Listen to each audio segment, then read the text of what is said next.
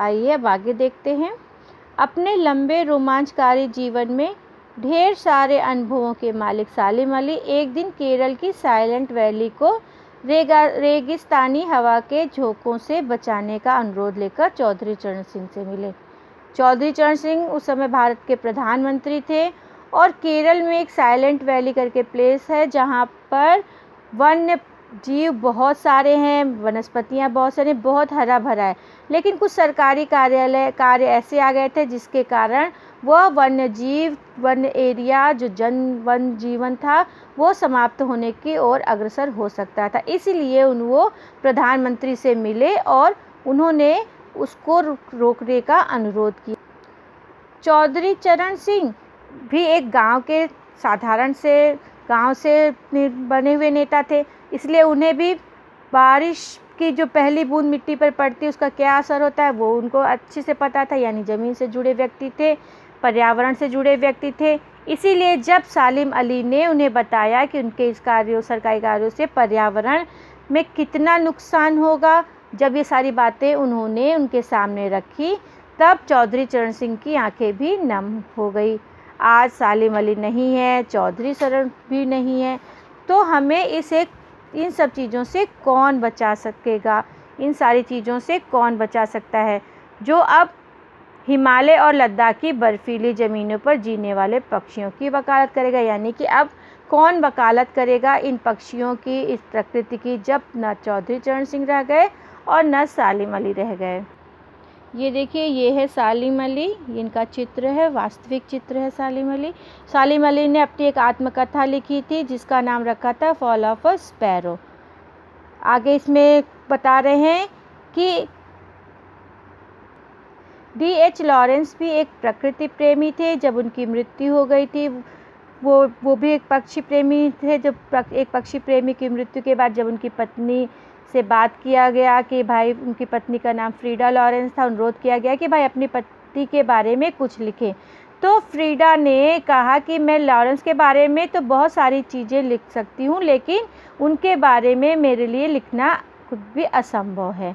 क्योंकि उन्हें महसूस होता है कि उनके छत पर बैठने वाले जो गौरैया है वो मेरे से ज़्यादा लॉरेंस के बारे में बता सकती। यह मुमकिन है कि लॉरेंस मेरे रगों में, मेरी हड्डियों में समाया है, लेकिन मेरे लिए बहुत कठिन है। मैं अपने अनुभवों को शब्दों में नहीं जो बयां कर सकती, या शब्दों का जामा पहना मतलब शब्दों में व्यक्त नहीं कर सकती हूँ। मुझे यकीन है कि मेरे छत पर बैठी गौरैया उसके बारे में और हम दोनों ही के बारे में मुझसे ज़्यादा जानकारी रखती। यानी कि वो इतने खुले दिल, साफ दिल के आदमी थे, सादा दिल के आदमी थे कि उनके घर में आने वाली, छत पर बैठने वाली चिड़िया जो पक्षी थी वो भी मेरे बारे में, लॉरेंस के बारे में मेरे से ज़्यादा जानती हो। इस पैराग्राफ में हम देखेंगे कि सालिम अली एक अच्छे पक्षी प्रेमी कैसे बने। इसमें बताया है कि बचपन के दिनों में, यानी जब वो छोटे थे, तो उनके पास एक एयर गन थी। उस एयर गन से घायल होकर एक नीले कंठ की गौरैया नीचे गिर गई थी, जिसे देखकर मतलब उसके बाद ही उन्हें प्रेरणा मिली और ज़िंदगी उन्हें खोज के नए नए रास्तों की तरफ ले जाती रही। यानी कि वो ही समय था जब उनकी एयरगन से पक्षी घायल होकर, जो नीले कंठ वाली गौरैया थी, घायल होकर नीचे गिर जाती है। उसके बाद से उनके जीवन में मोड़ आया और ज़िंदगी की ऊंचाइयों में उनका विश्वास एक क्षण के लिए भी डिगा नहीं। वो लॉरेंस की तरह नैसर्गिक ज़िंदगी का प्रतिरूप बन गए थे। मतलब कि वो भी लॉरेंस, जिस तरह लॉरेंस एक बहुत अच्छी पक्षी प्रेमी थे जिसके बारे में हमने पहले पैसेज में पढ़ा, उसी तरह सालिम अली भी उस घटना के बाद से पक्षी प्रेमी बन गए और उसके बाद उन्होंने फिर कभी पीछे मुड़कर नहीं देखा। वो भी एक नैसर्गिक मतलब प्राकृतिक ज़िंदगी का प्रतिरूप यानी आईना बन गए थे। यानी उनका जीवन भी प्रकृति के समान ही सरल और सहज था। सालिम अली प्रकृति की दुनिया में एक टापू बनने की बजाय अथाह सागर बनकर उभरे।